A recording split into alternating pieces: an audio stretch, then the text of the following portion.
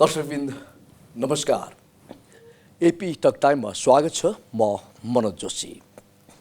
सर्वोच्च अदालतले तत्कालीन नेकपा एमाले र माओवादी केन्द्र मिलेर बनेको नेपाल कम्युनिस्ट पार्टी नेकपा खारेज गरिदिएपछि नेपालको राजनीतिमा एक किसिमको फेरि नयाँ तरङ्ग पैदा भएको छ। एकातिर सर्वोच्चको निर्णयले कानुनी जटिलता र राजनीतिक अस्थिरता निम्त्याउने भन्दै केही आलोचना सुरु भएको छ भने यसलाई सकारात्मक कदमको रूपमा हेर्ने पनि थुप्रै छन्।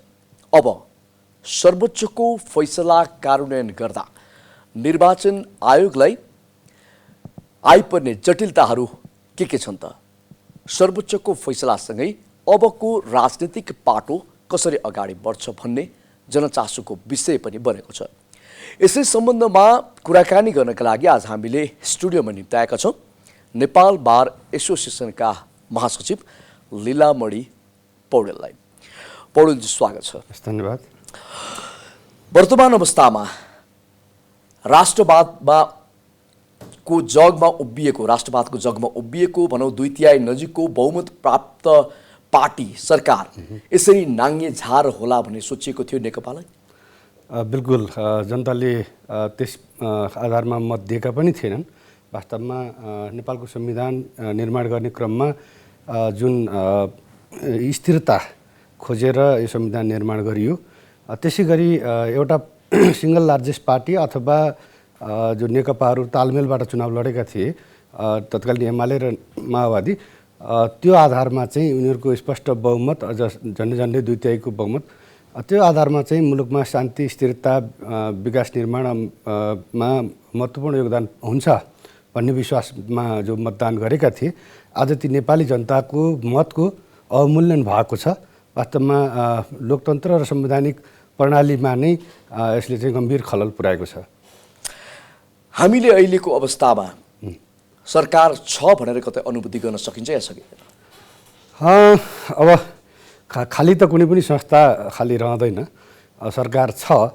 तर यो सरकारले गरिआएका काम कारबाहीहरू बाट चाहिँ यो सरकारभन्दा पनि पार्टीको पोलिट ब्युरो हो कि भन्ने जस्तो भान पनि भइरहेको छ भने संविधानको हिसाबबाट हेर्ने हो भने यो सरकार सुरुमा 76 संविधानको धारा 76(2) अनुसार बन्यो, त्यसपछि यो 76(1) मा आयो र अहिले 76(1) बाट पनि उसलाई समर्थन गरेको नेकपा तत्कालीन माओवादी र अब एमाले अलग अलग हैसियतमा पुगिसके पश्चात यो अब सरकार, संविधान त यो सरकार छैन, फेरि पनि कुर्सी खाली नरहने भएको कारणले टेक्निकल्ली सरकार छ तर संविधान त यो सरकार छैन। यो राजीनामा दिनु पर्थ्यो ओलीजीले, त्यो राजीनामा नदिएको कारणले गर्दाखेरि चाहिँ अब अहिले केयरटेकरको रूपमा सरकार चाहिँ छ भन्नुपर्छ।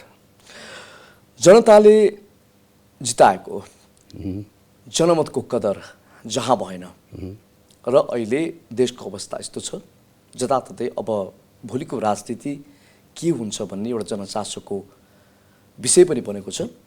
कतै निराशा छ, कतै आक्रोश।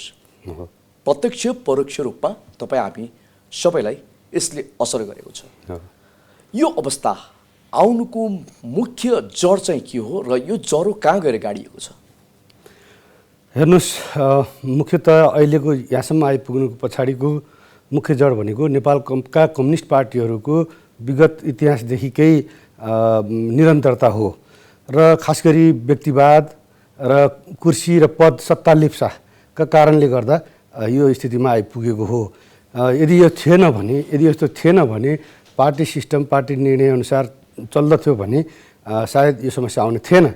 तर अहिलेका नेपाल कम्युनिस्ट पार्टीका अथवा तत्कालीन नेकपा एमाले भनौँ, माओवादी भनौँ, समग्र नेपालका कम्युनिस्ट पार्टीहरूको समस्या यो 2000 सालदेखि नै जतिखेर यिनीहरूको स्थापना भयो, जन्मे, त्यसदेखि अहिलेसम्मका सबै प्रक्रियाहरू हेर्दाखेरि, गतिविधिहरू हेर्दाखेरि चाहिँ उहाँहरू पद, सत्ता, कुर्सी लिप्सामा लागेर चाहिँ आफ्नो पार्टीको र मुलुककै चाहिँ के छ भने अहितमा दुर्घटनामा लाने सम्मको हरकत भइरहेका छन्।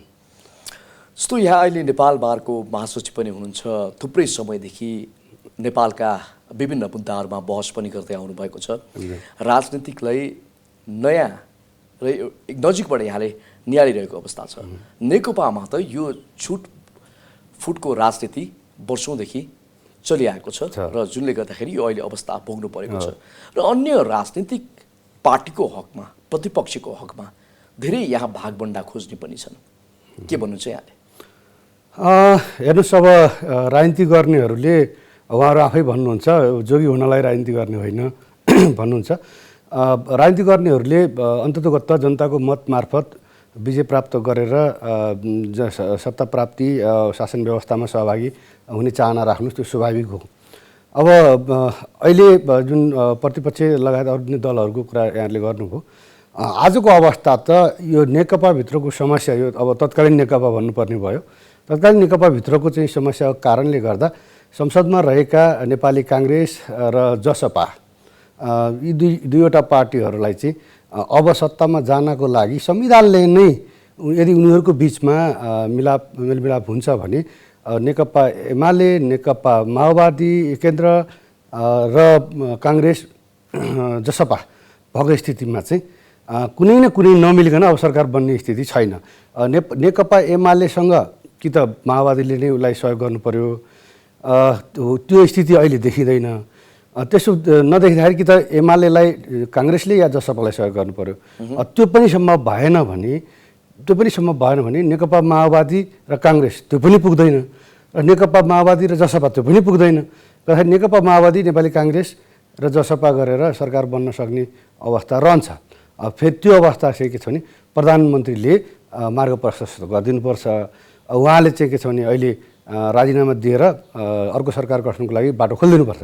त्यति त्यसो खोल्नुहुन्न भने उहाँको चाहिँ के छ भने नियत एक दिन भए पनि बढी सत्तामा बस्ने भन्ने नियत, आफू सत्तामै रहेर निर्वाचन गराउने भन्ने उहाँको जुन सोच प्रधानमन्त्रीको देखियो, त्यसैले निरन्तरता पाउँछ। अब विश्वासको मत लिन्छु भन्ने 30 दिन जाने, त्यसपछि फेरि विश्वासको मत प्राप्त हुँदैन, अर्को प्रक्रिया सुरु हुँदा यस्तै लिङ्गरिङ गर्दै जाने र अन्ततोगत्त मुलुक त अब यो जुन स्थायित्व खोजेको थियो संविधानले त्यो स्थायित्वतर्फ होइन, कुनै न कुनै रूपमा मङ्सिरसम्ममा चुनावमै जानुपर्ने बाध्यात्मक परिस्थिति सिर्जना हुँदैछ।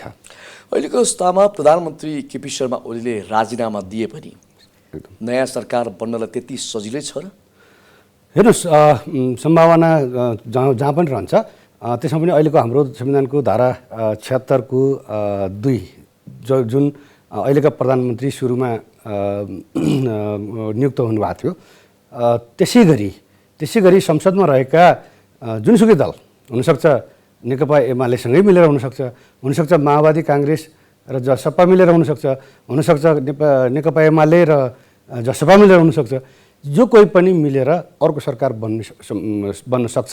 राजीनामा नै नैतिक रूपले संवैधानिक रूपले उपयुक्त चाहिँ हुन्छ।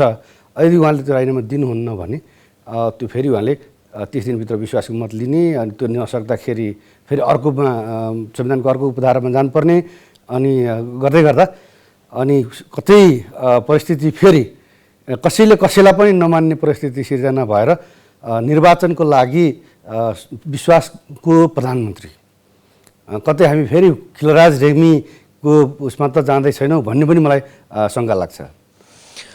अब नेकपामा उब्जिएको विवादकै चर्चा गर्दा अहिले निकै राजनीतिक माहौल तरङ्गित पनि भएको छ। सर्वोच्च अदालतले ऋषि कट्टेलको पार्टी नेकपा नाम नै सदर गरेपछि अहिलेको नेकपा भनौँ प्रचण्ड, नेपाल, जगन्नाथ खनाल र ओली पक्ष एक किसिमको समग्रमा नेकपा हिस्सा बुढी खिस्सा दाँत भनिन्छ नि, त्यो भएको छ नि, के भन्ने यहाँलाई? वास्तवमा त्यो भयो। सर्वोच्च अदालतमा खास गरी नामको सन्दर्भमा मात्रै विवाद थियो। यो विवाद हुनुभन्दा अगाडिको पृष्ठभूमि अझ हामीले हेर्नुपर्ने हुन्छ।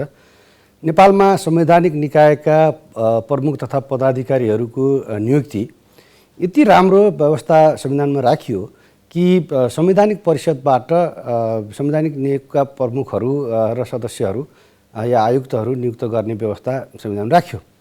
त्यो किन राखिएको थियो भन्दाखेरि त्यहाँ संसदको प्रतिनिधित्व छ, त्यहाँ राजनीतिक मतलब विपक्षी दलको प्रतिनिधित्व छ, राष्ट्रिय सभा प्रतिनिधि सभा के अरे सभामुखको प्रतिनिधित्व छ, प्रधानमन्त्री भइहाल्यो, प्रधान न्यायाधीश भने कार्यपालिका व्यवस्थापिका न्यायपालिका र प्रतिपक्षी दलसम्म भने समग्र समग्र राष्ट्र नै त्यो संवैधानिक परिषदमा रहने व्यवस्था गरियो र त्यो संवैधानिक परिषदले के गर्छ भनेर त्यो व्यवस्था कल्पना गरियो भन्दा कि यो देशका क्रिम पर्सनालिटीहरू र के अरे सार्वजनिक जीवनमा ख्याति प्राप्त गरेका व्यक्तिहरू तटस्थ व्यक्तिहरू आउँछन् भन्ने हिसाबले त्यो व्यवस्था गरिएको थियो।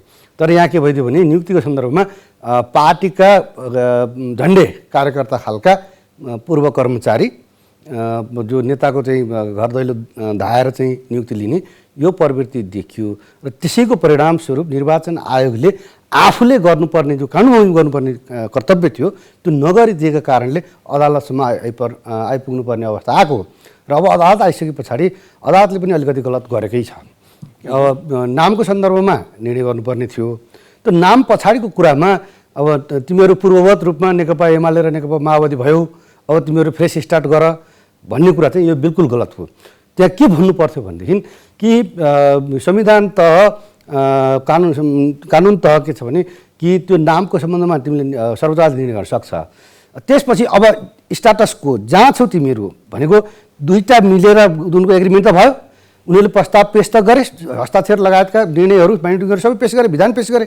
भनिसके पछाडि अब तिमीहरू त्यहाँ जाऊ र त्यहाँबाट चाहिँ के छ भने अर्को नाममा दर्ता गर भन्नु पर्थ्यो। त्यो नभनेर तिमीहरू पूर्व पार्टीमै फर्क भनेर भनिदिँदाखेरि अदालत पनि राजनीतिमा मुछियो, अदालतले पनि राजनीति गर्यो भन्ने कुरा चाहिँ जनमानसमा पनि मिलेर आउने बाटो पनि त दिएको छ नि सर्वोच्चले। फेरि अब विधि सम्मत अब हेर्नुहोस् यो बिल्कुल त्यो दिन दियो, तर यो कतै जानी बुझी गरिएको त होइन भन्ने पनि मलाई कता शङ्का लाग्छ। किनभने उनीहरूले मिलेर चाहिँ के छ भने छुट्टी पार्टी दर्ता गर्ने भनेर त के अरे निर्वाचन आयोगमा निवेदन दिएकै छन् नि। त्यसमा उनीहरूले निर्वाचन आयोगले उनीहरूकै पक्षमा निर्णय गर्यो। अब सर्वोच्च बदर गरिदिसके पछाडि त्यो निर्णय पछिल्लो निर्णय उनीहरूलाई मान्यता दिने नेकपा भनेर दिने निर्णय बदर भइसके पछाडि अरू डकुमेन्टेसनको आधारमा अब चाहिँ के छ जसरी अहिले निर्वाचन आयोगले वैधानिकताको लागि दुवै पक्षबाट चाहिँ के छ भने केन्द्रीय समिति संसदीय दलबाट चाहिँ डकुमेन्टेसनहरू मागिरहेको थियो, हो त्यसबाट निर्णय गर भन्नु पर्थ्यो क्या। त्यो नभएर तिमीहरू पूर्वमै फर्क्यौ भनेर भन्दाखेरि यसले चाहिँ के छ भने जबरजस्त अहिले हेर्नुहोस् त चाहेर नचाहेर झलनाथ माधव नेपाल लगायतका नेताहरूलाई एमालेमा फर्किनु पर्यो अथवा ओलीको नेतृत्वमा फर्किनु पर्यो। त्यसै गरी कतिपय नेताहरू अब हुन त माओवादीका अब सरकारमै पनि हुनुहुन्छ, उहाँहरू नफर्किने पनि भन्दै हुनुहुन्छ, कोही स्वदेशी पनि भन्दै हुनुहुन्छ। त्यो उहाँहरूलाई पनि अब फेरि अर्को के छ भने यो दल त्याग सम्बन्धी ऐन, राजनीतिक दल सम्बन्धी ऐन समेतका आधारमा चाहिँ अब फेरि संसद पदबाटै बाहिरिनु पर्ने सम्भावनासम्मको स्थितिमा ल्याइदियो। त्यसैले सर्वोच्च अदालतको फैसला जो पछिल्लो सेन्टेन्स छ जो तिमी पूर्ववत उसमा फर्क्यौ अब फ्रेस स्टार्ट गर भन्ने खालको, यो चाहिँ एकदम बिल्कुल गलत हो। यसले संवैधानिक रूपमा राजनीतिक रूपमा ठुलो चाहिँ के छ भने दुर्घटना पनि ल्यायो, सँगसँगै भोलिका दिन राम्रा छैनन् भन्ने पनि यसले सङ्केत गर्छ। यो निर्णय आउनुमा कारण चाहिँ के हुनसक्छ पछाडिको? अब हेर्नुहोस् कारण चाहिँ अब कतिपय कुराहरू कार्यक्षमता अथवा सक्षमताको अभाव पनि हुन्छ कि फैसला लेख्दाखेरि अब जानिएन यसको परिणाम कन्सिक्वेन्ट के हुन्छ भन्ने कुरा विचार गरिएन, त्यो पनि हुनसक्छ। अब कार्यपालिकाको छाया पो पर्यो कि त्यो पनि हुनसक्छ। अब योभन्दा अर्को त के भन्ने र कि त कार्यक्षमताको अभाव हो, उहाँहरू फैसला लेख्ने बेला जान्नु भएन। कार्यपालिकाको छाया भन्दाखेरि के कसरी बुझ्ने? सिधी अब आम नेपाली नागरिकले मात्रै होइन, जति पनि संसारका हरेक मुलुकले राजनीतिमा चासो राख्छन् या रेडियो टेलिभिजन समाचारहरू सुन्छन्, पत्र पत्रिकाहरू हेर्छन्, यी सबैलाई जानकारी भएको विषय के छ भने नेपालमा नेकपाभित्र विवाद छ। नेकपा भनेको हिजो एमाले र माओवादी मिलेर बनेको हो र अहिले चाहिँ नेकपा एमालेको सभापति अध्यक्ष केपी प्रधानमन्त्री हुनुहुन्छ र उहाँले अर्को पक्षलाई कमजोर पारेर आफू बलियो हुने उसमा हुनुहुन्छ भन्ने कुरा त सबलाई जगजाहेर थाहा भएको कुरा हो। हुन सक्छ बिल्कुल। सर्वोच्चको केसमा पनि अब हेर्नुहोस् अब हुँदैन भनेर कसरी हुनु हुँदैन। सर्वोच्च अदालत कुनै पनि बाह्य हस्तक्षेपबाट प्रभावित हुनु हुँदैन र अक्सर हुँदैन पनि। तर कहिलेकाहीँ कतै त्यस्तो भयो कि भन्ने आभास हामीले पाउँछौँ। र कतै यो निर्णय मैले अघि भने दुईवटा या कार्यपालिका छायामा पर्यो, कुनै आश त्रास भएमा डरमा पर्यो, अथवा उहाँको आफ्नो कार्यक्षमताको अभाव हो। यहाँले अघि एकैछिन अगाडि भन्नुभएको थियो नि, नेपालका विभिन्न निकायहरूमा आफ्ना कार्यकर्ता भर्ती गर्ने चलन छ भन्नुभएको थियो, जसले गर्दाखेरि यसको प्रत्यक्ष असर सम्बन्धित ठाउँमा गएर देखिन्छ र यो कतिपय ठाउँमा आशय सेटिङको पनि गर्नुभयो यहाँले। भने कुन कुन ठाउँमा त्यस्ता होलान् र को भर्ती गरिएका होलान्, यहाँले भन्न सक्नुहुन्छ? अब हेर्नुहोस्, मैले अघि नै भने अत्यन्त पुनित उद्देश्यका साथ संवैधानिक परिषदको व्यवस्था गरिएको हो र त्यो संवैधानिक परिषदले मुलुकका क्लेम पर्सनालिटीहरू जो कहीँ भोट हाल्छन्, नागरिकले भोट हाल्न पाउँछन्, तर पनि उनीहरूले काम व्यवहार जिम्मेवारी पुरा गर्दाखेरि निष्पक्ष तटस्थ भएर काम गर्छन् भन्ने अपेक्षा र अनुमान गरिन्छ र नियुक्ति पनि त्यस्तै व्यक्तिहरूबाट गरिन्छ। तर हामी कहाँ के भयो भने पार्टीको कार्यकर्ता भइसकेको र आफ्नो नेताको घर दैलो चाहर्ने, यो त राज्यले फलानु व्यक्ति राम्रो छ भनेर पहिला बुझेर त्यसपछि तपाईँ आइदिनुहोस् प्लिज भनेर बोलाउन जानुपर्ने, उनीहरू बोलाएर ल्याएर कुर्सीमा राख्नुपर्ने, नियुक्ति गर्नुपर्ने ठाउँमा मलाई बनाइदिनुहोस् हजुर भनेर दिनहुँ बिहान बेलुका लाइन लागेर जाने मान्छेहरू र सेवामा हाजिर हुने मान्छेहरू, त्यस्ता मान्छेलाई नियुक्त गरिसके पछाडि अहिले तपाईँको निर्वाचन आयोगले पहिलो गल्ती निर्वाचन आयोगको यो इस्युमा निर्वाचन आयोगले त्यसरी एउटै नाम हुने गरी दर्ता भइसकेको उसलाई चाहिँ के छ भने असर पर्ने गरी अर्को पार्टी दर्ता गर्ने हुने थिएन। किन गर्यो त? त्यो कार्यपालिकाको छायामा पर्यो, प्रेसरमा पर्यो र गर्यो, त्यो त जगजार छ नि। अबको दबाब निर्वाचन आयोगले परेको छ, निर्वाचन आयोगले यसको समाधान कसरी गर्ला त? अब निर्वाचन आयोगले के गर्नु पर्यो र? उसले त अदालतले नै दुईवटा बनाइदिइसक्यो, अब उनीहरू फेरि चाहिँ मिलेर आयो भने गरिदिने हो। अब मिलेर जाने सम्भावना अहिलेको अवस्थामा छैन। निर्वाचन आयोगलाई त हाइसन्चो भयो, उसले अहिले कुनै निर्णय गर्नै परेन। अब को जाने निवेदन लिएर? र फेरि अर्को तपाईँको पुनरावलोकनको कुरा पनि अब कता उठिरहेछ, यो पनि त्यति सम्भव होला जस्तो मलाई लाग्दैन, किनभने यो फेरि पनि नेकपाकै हैसियतबाट जानु पर्यो। अब अहिले दुईवटा भएपछि दुईटै पार्टीबाट निर्णय गरेर जानु पर्यो। त्यो सम्भावना आजको दिनमा त्यो अहिले देखिँदैन। त्यहाँले अदालत अनावश्यक विवादमा फस्ने हिसाबले यो निर्णयमा पछिल्लो चार लाइन 5 लाइन त्यो चाहिँ एकदमै गलत उल्लेख गर्छ। अब दुई पार्टीलाई बिउताउने प्रक्रिया निर्वाचन आयोगले कुन चाहिँ प्रक्रिया मार्फत यसरी बिउताउँछ? के छ प्रक्रिया? अब यो त हेर्नुहोस्, अब अगाडिको यहाँ पनि फेरि छ, संविधान अनुसार राजनीतिक दल दर्ता गर्ने छुट्टै कानुन व्यवस्था छ र त्यो कानुन अनुसार चाहिँ राजनीतिक दलहरू एकचोटि दर्ता हुन्छन् र समयक्रममा जुट्ने फुट्ने इत्यादिहरू पनि हुन्छन् जो अहिले भइरहेका छन्। र अब अहिले त सर्वोच्च अदालतले नै पूर्व हैसियतमा नै पठाइदिइसके पछाडि अब उसले चाहिँ के छ भने तिनीहरूलाई हुबहु जस्ताको तस्तै तिनलाई चाहिँ नेकपा माओवादी केन्द्र नेकपा एमाले भनेर स्वाभाविक रूपमै फर्काइदिएको अवस्था छ। उसले अब खासै केही गर्नुपर्ने छैन। बरु अब अर्को चाहिँ के छ भनेदेखि चाहिँ नेकपा एमाले भन्ने पनि अर्को दर्ता भइसकेको छ, अब सर्वोच्च अदालतको फैसला हेर्दा यहाँनिर पनि मिस्टेक देखिन्छ, किनभने नेकपा एमाले भन्ने अर्को अस्तित्वमा छ भन्ने कुरा सुमोटो संविधान अनुसार, प्रमाण ऐन अनुसार, कानुन व्याख्याको सिद्धान्त अनुसार, नियम अनुसार कि त्यो सर्वोच्च अदालतले न्यायिक जानकारीमा राख्नुपर्ने विषय हो। किनभने गजेटमा प्रकाशित हुन्छ नेपालमा कुन कुन राजनीतिक दलहरू दर्ता भए, खारेज भए, गाभिए इत्यादि कुराहरू त्यो निर्वाचन आयोगले राजपत्रमा सूचना प्रकाशित गर्छ। त्यो कुरा सर्वोच्च अदालतलाई जानकारी भएन, मान्य न्यायाधीशहरूलाई जानकारी भएन भनेर सोच्न पनि सकिँदैन। अब त्यस्तो विषयमा अर्को नेकपा एमाले अलरेडी दर्ता छँदैछ। अब त्यसको असर चाहिँ के छ भने अब दुईवटा नेकपा एमाले त रहन सक्दैन नि। अब यहाँ फेरि अर्को विवाद यहाँनिर सिर्जना हुनुभयो। त्यसले गर्दा यो अहिलेको अवस्थामा मैले सुरुमै भने पहिलो ब्लन्डर गल्ती कार्यपालिकाको प्रभावमा परेर चुनाव जितेर आएका ठुला पार्टी भनेर जुन मोर्चाबन्दी गरेर चुनाव लडिएको थियो त्यही अनुसार आएको कारणले गर्दा त्यसको दबावमा परेर निर्वाचन आयोगले ऋषि कट्टेलको पार्टीलाई अन्याय गर्यो र अब अहिले आएर सर्वोच्च अदालतले फेरि सन के तिवारीजी उहाँको पार्टीलाई हुन त त्यो पनि फेरि आन्तरिक पार्टी हो भनेर पनि भन्छन्। खरि जे होस्, तर संविधान त कानुन त सर्वोच्च अदालतले त्यो त देख्नु पर्थ्यो, त्यहाँ पनि विवादमा फस्ने काम भएको छ। कतिपय संविधानले यसलाई चाहिँ संवैधानिक कु पनि भनेर व्याख्या गरेका छन् नि। अब संवैधानिक कुनै त अब कसरी भन्ने है, अब यसको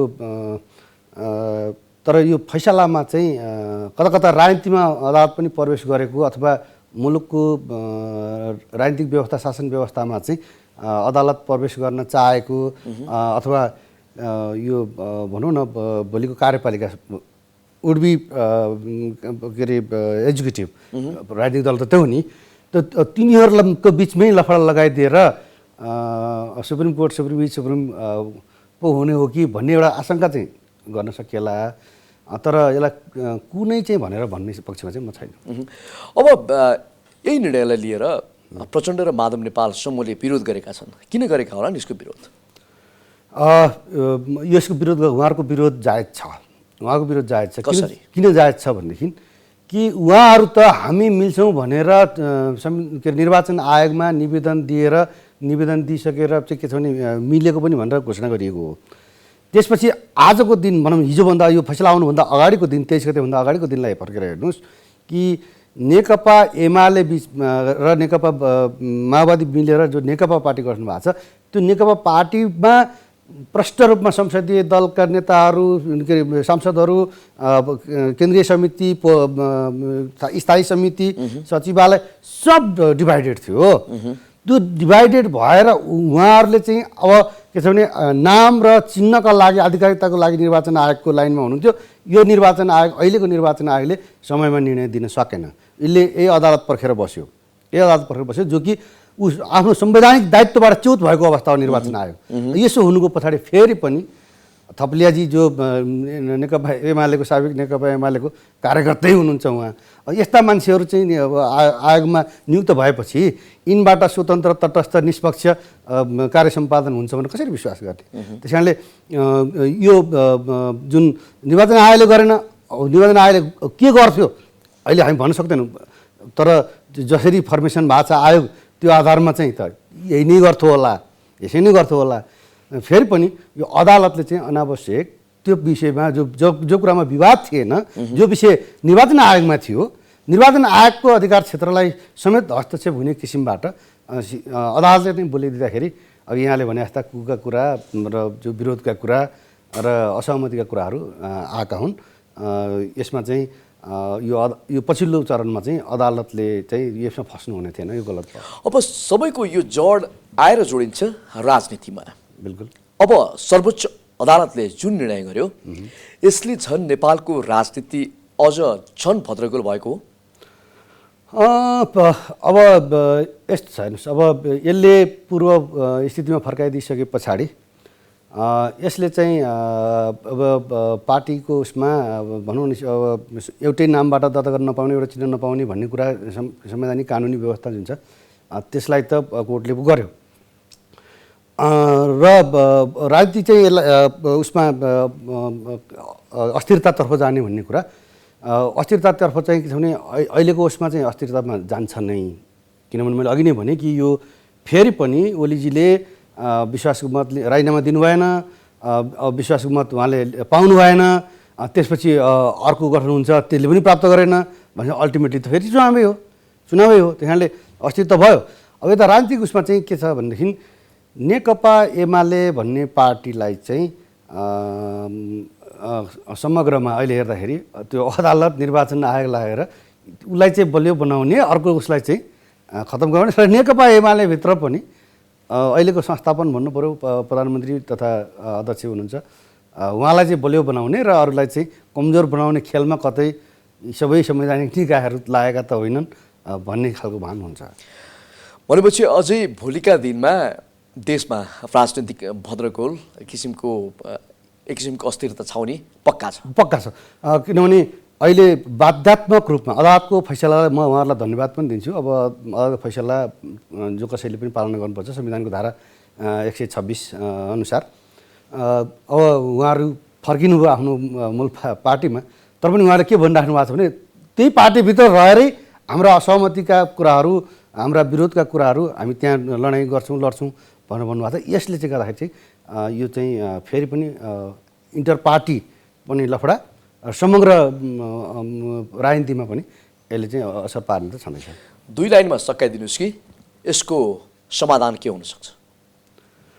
अब यसको समाधान त तपाईँको अब पुनरावलोकनबाट पनि यो करेक्सन हुने सम्भावना म देख्दिनँ। किनभने अब पुनरावलोकनमा जानको लागि पनि अब नेकपा माओवादी भनेर प्रचण्डजी जान सक्नु होला।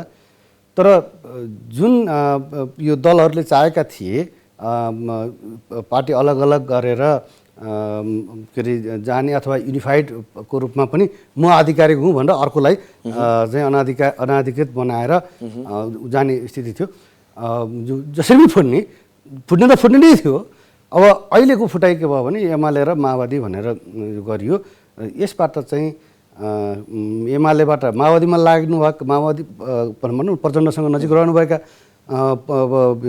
प्रचण्डका नेकपा माओवादीका चाहिँ के छ भने उता ओलीजीसँग नजिक भएका यी सांसदहरू या नेताहरूको चाहिँ राजनीतिक भविष्य चाहिँ अन्यलमा रह्यो। यसले चाहिँ भोलि दीर्घकालीन रूपमा राजनीतिक असर त गर्छ नै। यहाँसम्म आएर आफ्नो महत्त्वपूर्ण भनाइरहेको थियो त्यसको लागि यहाँलाई धेरै धेरै धन्यवाद। हस्, धन्यवाद। मलाई पनि यो अवसर प्रदान गर्नु हो यसको लागि यहाँलाई पनि धन्यवाद र दर्शकहरू सुनिदिनु हो उहाँहरूलाई पनि धन्यवाद। दर्शकबिन, आज हामीले कुराकानी गऱ्यौँ सर्वोच्च अदालतले नेकपा पार्टीको नाममा गरेको निर्णय पछिको अवस्था, अब यसबाट देशमा कस्तो समस्या उत्पन्न हुन्छ, राजनीतिक अस्थिरता लगायत कानुनी पाटा सम्बन्धी हामीले कुराकानी गर्दैथ्यौँ। नेकपा एमाले र माओवादी केन्द्र आफ्नो अस्तित्वमा फर्किसकेका छन् सर्वोच्चको निर्णयपछि। यिनै विषयमा छलफल गर्नका लागि हामीसँग हुनुहुन्थ्यो नेपाल बार एसोसिएसनका महासचिव लीलामणि पौडेल। AP1 हेर्दै गर्नुहोला। नमस्कार।